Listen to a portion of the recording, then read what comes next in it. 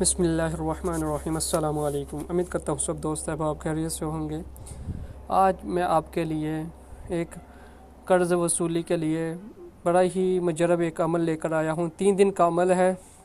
انشاءاللہ اللہ کے فضل سے آپ کا 3 دن کے اندر جو مثال کے طور پر کسی نے آپ سے قرضہ لیا، پیسے لیے، کوئی چیز لی ہے وہ واپس نہیں دے رہا یا بدمعاشی کر رہا ہے، یا بھی کوئی بھی مسئلہ آ رہا ہے کہ آپ اپنا قرض وصول کرنا چاہتے ہیں، اس کے لیے بڑا ہی مجرب عمل ہے۔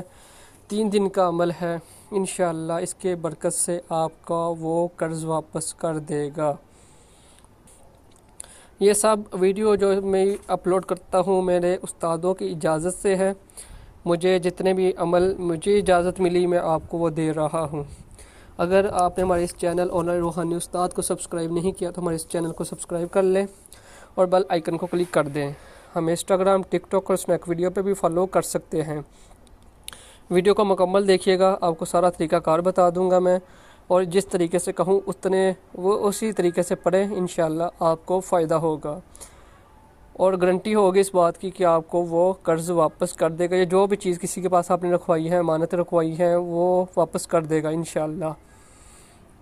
آج کے دور کے اندر کسی سے قرض واپس لینا یا کوئی چیز واپس لینا بہت ہی مشکل کام ہے، لیکن اللہ کی کلام کی برکت سے ہم ہر کام کو آسانی سے کر سکتے ہیں۔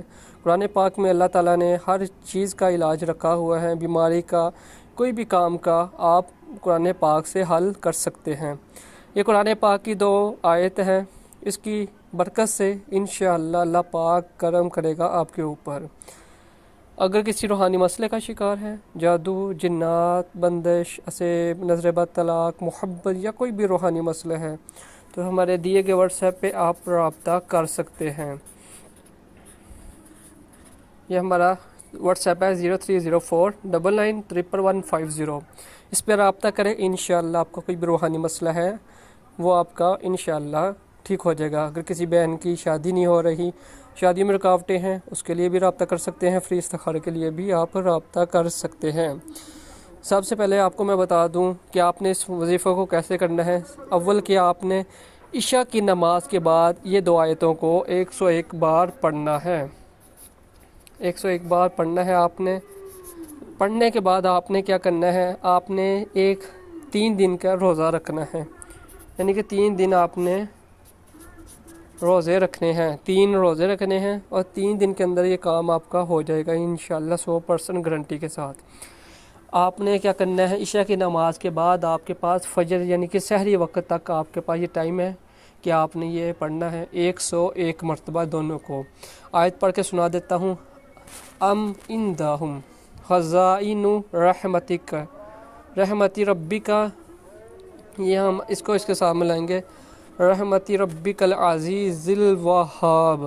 یہ ایک آیت ہوگی۔ ام لہم ملک السماوات والارض وما بینہما فلیرتقوا فی الاسباب۔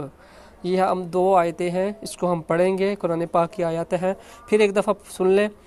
ام عندہم خزائن رحمتی ربک العزیز الوہاب، ام لہم ملک السماوات والارض وما بینہما فلیرتقوا فی الاسباب۔ یہ ہم 101 مرتبہ پڑھیں گے فجر سے، اور اس میں آپ نے پڑھنا ہے تنہائی میں، کسی سے بات چیت نہیں کرنی۔ پڑھنے کے بعد 101 مرتبہ، یعنی آپ کے پاس ٹائم ہے عشاء سے لے کے سحری اس وقت تک۔ اس کے بعد آپ نے روزہ رکھ لینا ہے۔